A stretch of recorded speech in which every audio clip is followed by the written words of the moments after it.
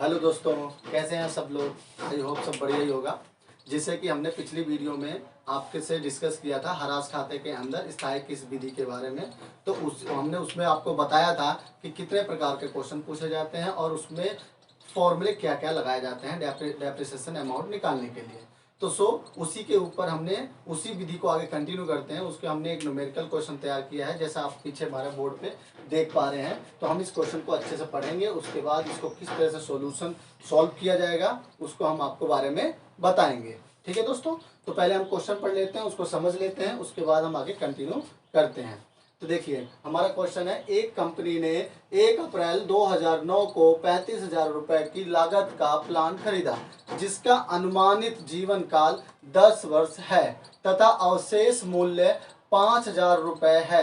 1 अप्रैल 2010 को कंपनी ने फिर 20,000 रुपए का एक नया प्लांट खरीदा जिसका अवशेष मूल्य 2,000 रुपए था और 1 अक्टूबर 2011 को 10,000 रुपए का एक और प्लान खरीदा जिसका अवशेष मूल्य 1,000 रुपए था।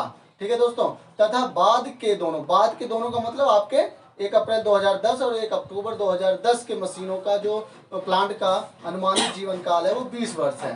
ठीक है दोस्तों, फिर उसने क्वेश्चन में बोला है कि आप सरल रेखा विधि से प्रथम 4 वर्षों का प्लांट खाता बनाइए तथा खाते प्रति वर्ष 31 मार्च को बंद होते हैं।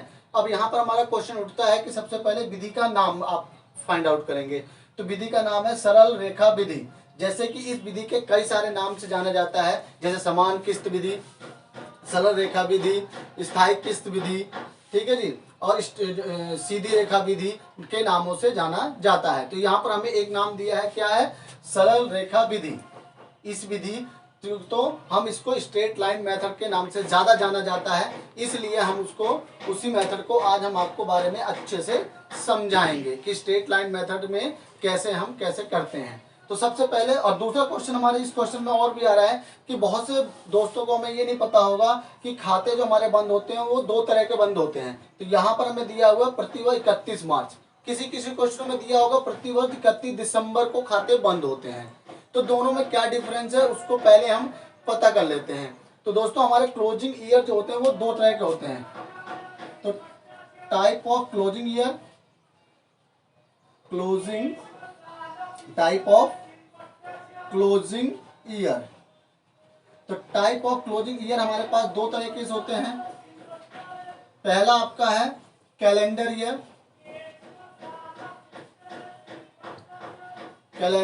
ईयर, दूसरा आपका है फाइनेंशियल ईयर। ठीक है, जिसको इंग्लिश में हम कैलेंडर वर्ष इसको बोलते हैं और इसको वित्तीय वर्ष बोलते हैं। क्या दोस्तों बोलते हैं, कैलेंडर वर्ष और वित्तीय वर्ष।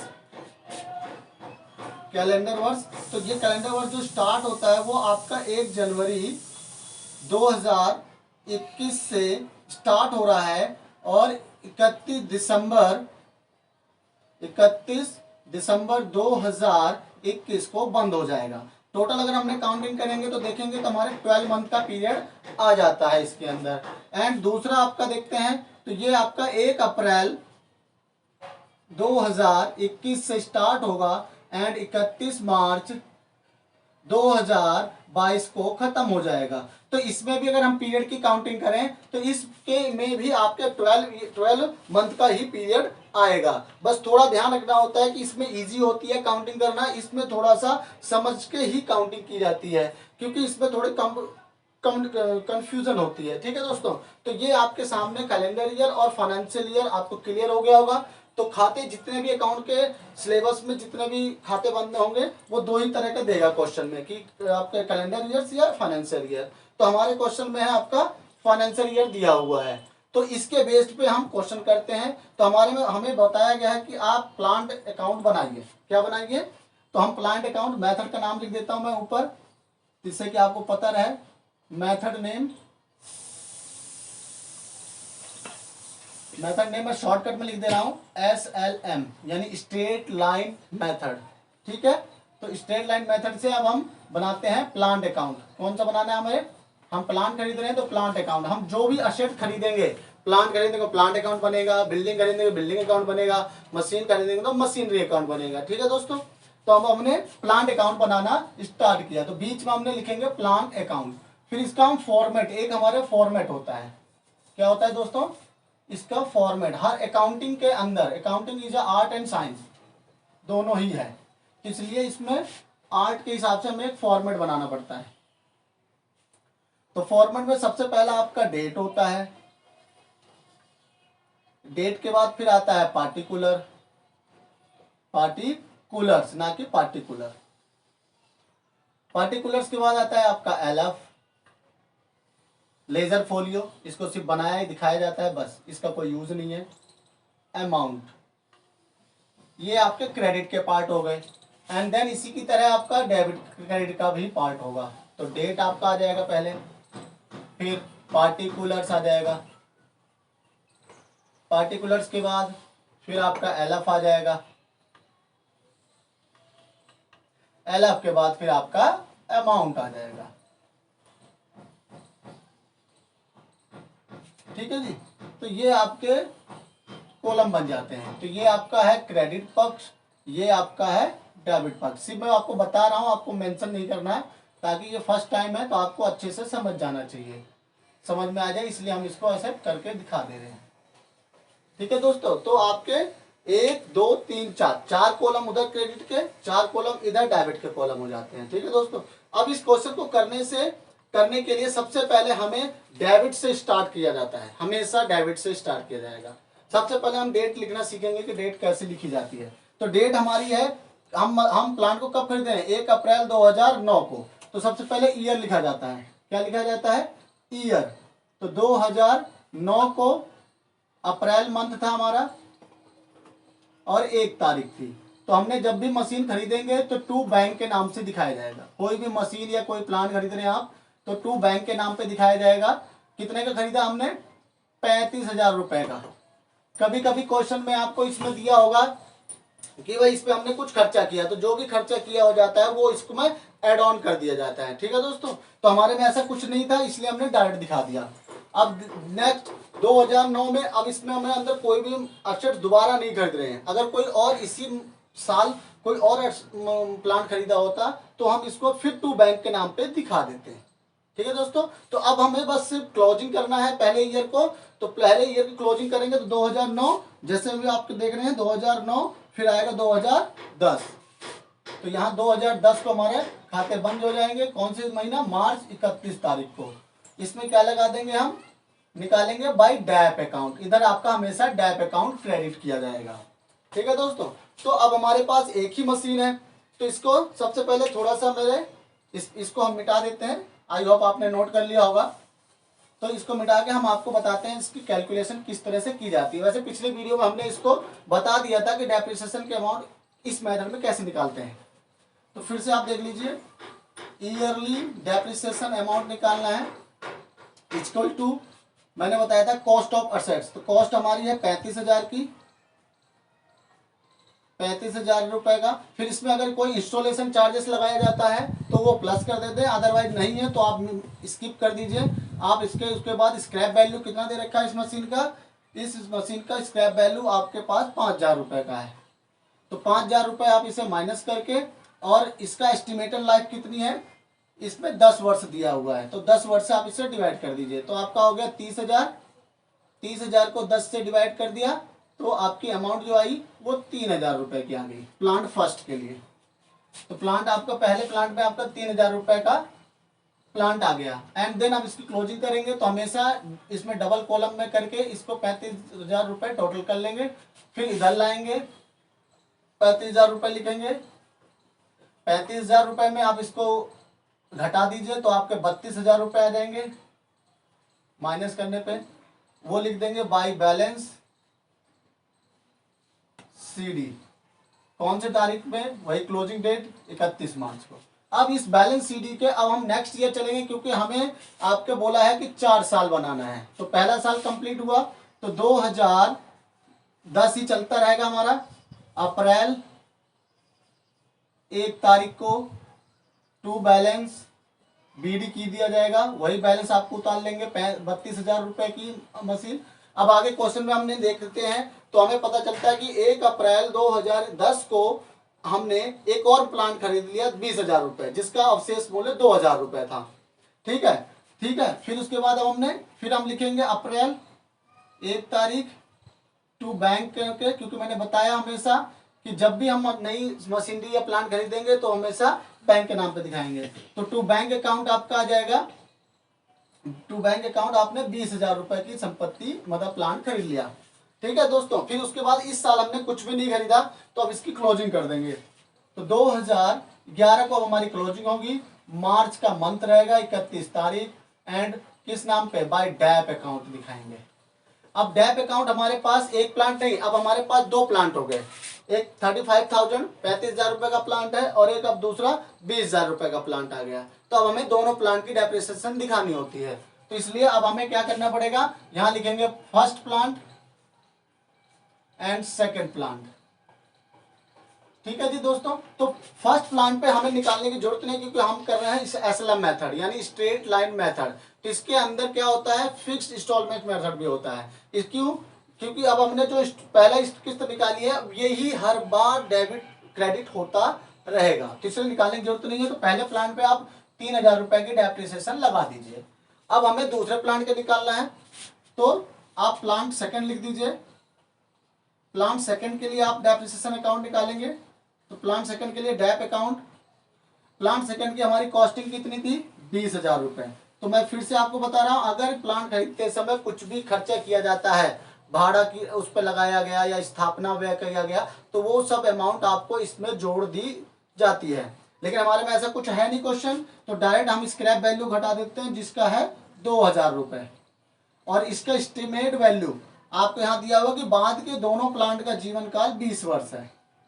ठीक है, तो अब इसको हम लगा देते हैं, तो 18,000 रुपये आ जाएगा। 18,000 को 20 से डिवाइड कर देंगे तो 900 रुपये आपका इसका डेप्रिसिएशन आ जाएगा। कितना आ जाएगा दोस्तों, 900 रुपये डेप्रिसिएशन आ जाएगा। तो 900 रुपये यहाँ दिखा देंगे, टोटल कर देंगे आपका 3,900 आपको यहाँ दिखा देंगे। फिर बाई बैलेंस निकालेंगे, इधर का टोटल करेंगे पहले,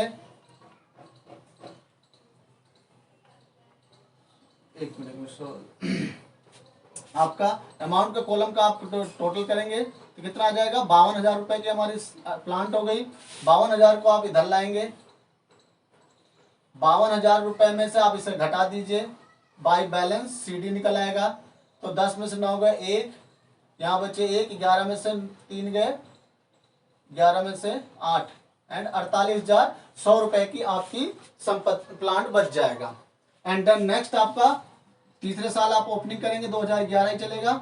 1 अप्रैल 1 तारीख को टू बैलेंस बीडी लिखेंगे, क्या लिखेंगे, टू बैलेंस बीडी, 48,100 रुपये यहाँ आ जाएगा। ठीक है, फिर हमने देखा कि 1 अक्टूबर 2011, इस बार अक्टूबर में खरीद रहा है, तो चाहे जब भी खरीदे तो आपको हमेशा टू डेबिट साइड में दिखाना है, 1 अक्टूबर टू बैंक के नाम पे, टू बैंक अकाउंट। एक मशीन प्लांट अगर खरीद लिया जिसका लागत मूल्य कितना था आपका, 10,000 रुपए का। ठीक है, अब हमें फिर क्लोजिंग करेंगे 2011 नहीं आएगा दोस्तों, अब इस बार 2012 आएगा। मार्च 31 तारीख बाय डैप अकाउंट लगाएंगे, बाय डैप अकाउंट लिखेंगे। अब इसमें हमारे पास एक प्लांट नहीं 3 प्लांट हो गए, plant first, plant second and plant third. ठीक है दोस्तों, तो प्लांट फर्स्ट और सेकंड में आपको मैंने जैसे हम एसएलएम मेथड कर रहे हैं तो उसके अकॉर्डिंग आपको क्या करना पड़ेगा, उसके अकॉर्डिंग तो आपको निकालना नहीं पड़ेगा, क्योंकि हमारे दोनों डेप्रिसिएशन आपके हो गए फिक्स। ठीक है दोस्तों, तो वो तो आपके फिक्स हो जाएंगे।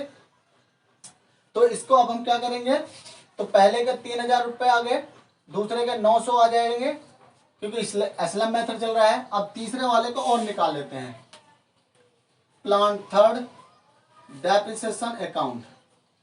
तो प्लांट सेकंड थर्ड में आपका कितना है, प्लांट से आपका था 10,000 रुपए का प्लांट खरीदा था।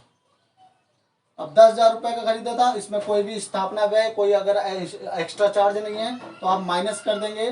1,000 रुपए का इसका स्क्रैप वैल्यू था और अनुमानित जीवन काल 20 है। अब इसमें हमें एक और जोड़ना पड़ेगा, यूज ऑफ पीरियड यूज, कितने महीने हमने इसको यूज किया इस साल। तो पहले साल हमने 1 अक्टूबर को खरीदा, तो मंथ गिनेंगे अक्टूबर से मार्च तक का कितना पीरियड बैठता, अक्टूबर, नवंबर, दिसंबर, जनवरी, फरवरी, मार्च। तो कितने हो गए दोस्तों, 6 महीने आपके सामने आए। तो जितने महीने हैं उतने और बटे 12 से मल्टीप्लाई कर दी जाती है। ठीक है दोस्तों, तो हमारा आया ये आपका 10 में से 1 गया 9, 9000 बटे 20 इंटू 6/12। तो 6 दूनी 12, एक इससे काटा, 2 से काटा 4.5, फिर 2 से काट दिया 225। तो 6 महीने का आपका 225 डेप्रिसिएशन आया। तीनों को जोड़ देते हैं, ठीक है, तो आ गया 4125 रुपए। अब हमने इसको टोटल करेंगे तीसरे साल का, तो हमारे पास 58,100 रुपए का प्लांट हो गया, 58,100 रुपए का प्लांट आ गया। अब इसमें से हमने क्या करेंगे, बाय बैलेंस सीडी निकालेंगे, बाय बैलेंस सीडी। तो सीडी निकाल दीजिए, तो 48,000 4,125 रुपए में घटा दीजिए, तो 5 का 5, 9 में 2 गए 7, फिर 10 में से 1 गए 9, फिर 3,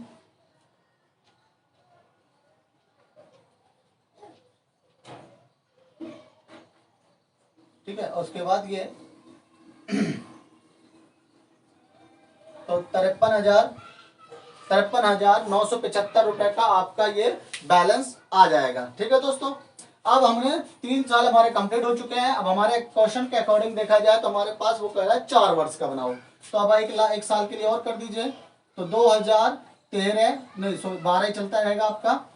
1 अप्रैल 1 तारीख को टू बैलेंस बीडी, तो 53,975 रुपए। ठीक है दोस्तों, तो अब हमारे क्वेश्चन के अकॉर्डिंग देखा जाए तो इस क्वेश्चन में कोई भी ऐसा नहीं कि कोई और एक्स्ट्रा प्लांट वगैरह खरीदा गया था, तो सीधे आप अपना डेप्रिसिएशन लगा दीजिए। तो क्लोजिंग ईयर लिखेंगे 2013 मार्च 31 बाई डैप अकाउंट। ठीक है, उसके बाद अब आपका यहां पर प्लांट फर्स्ट, ठीक है, तो डेप अकाउंट आपका आ जाएगा, तो तीनों का आपका ये आएगा इस बार। तो मैं आपको इसमें, ठीक है, तो प्लांट फर्स्ट आप लिख सकते हैं, प्लांट सेकंड लिख सकते हैं, और प्लांट थर्ड। तो पहले के लिए 3,000 हो गया, दूसरे के लिए 900 हो जाएगा, और इसके लिए आपका 450 रुपए हो जाएंगे। टोटलिंग कर लेंगे, आपका 0 5, तो 4350 रुपए आपका 14 साल का डेप्रिसिएशन आ जाएगा। ठीक है, उसके बाद अब आपका इसमें बैलेंस सीडी निकाल देंगे, 5,975 53,575 रुपए का प्लांट का कॉस्टिंग है। अब इसको क्लोजिंग कर देंगे खाते को हम, क्योंकि हमारे 4 साल पूरे हो गए कंप्लीट।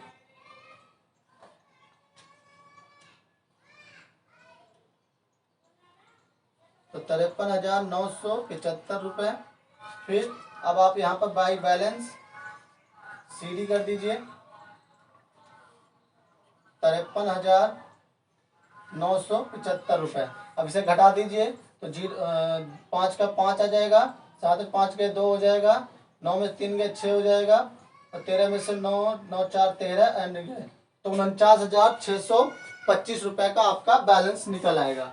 वो भी कब आएगा, मार्च 31 तारीख को। ठीक है दोस्तों, तो अब आपने देखा हमने कि इस तरह इस क्वेश्चन को कितनी आसानी से कर लिया, इसमें कोई ज्यादा हार्ड रूल्स नहीं था आपका। ठीक है दोस्तों, तो आपने देखा पहले साल में संपत्ति खरीदी, डेप्रिसिएशन डाल दिए, फिर आपका सेकंड मशीन पे डेप्रिसिएशन निकाला, उसका सीडी निकाल दिया, एंड फिर आपका तीसरे साल का, तो तीसरे साल में हमने 6 महीने का केस निकाला था, इसलिए यहाँ पर बैलेंस निकला। चौथे साल में आपको यहाँ पर पूरे साल का आएगा, पूरे साल का कैलकुलेशन करेंगे तो आप 225 के बजाय आपका 450 आएगा पूरे साल का, क्योंकि आधे साल का आधे महीने का ये है, तो पूरे साल का आपका 450 हो जाएगा। टोटल कर देंगे 49,625 आपका हो गया। ठीक है दोस्तों, तो इस तरह से हमने एसएलएम मेथड आज सीख लिया।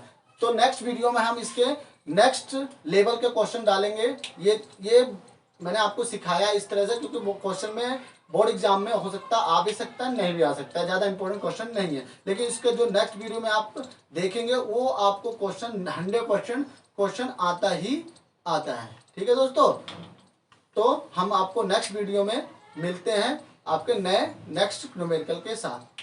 ओके, थैंक यू दोस्तों।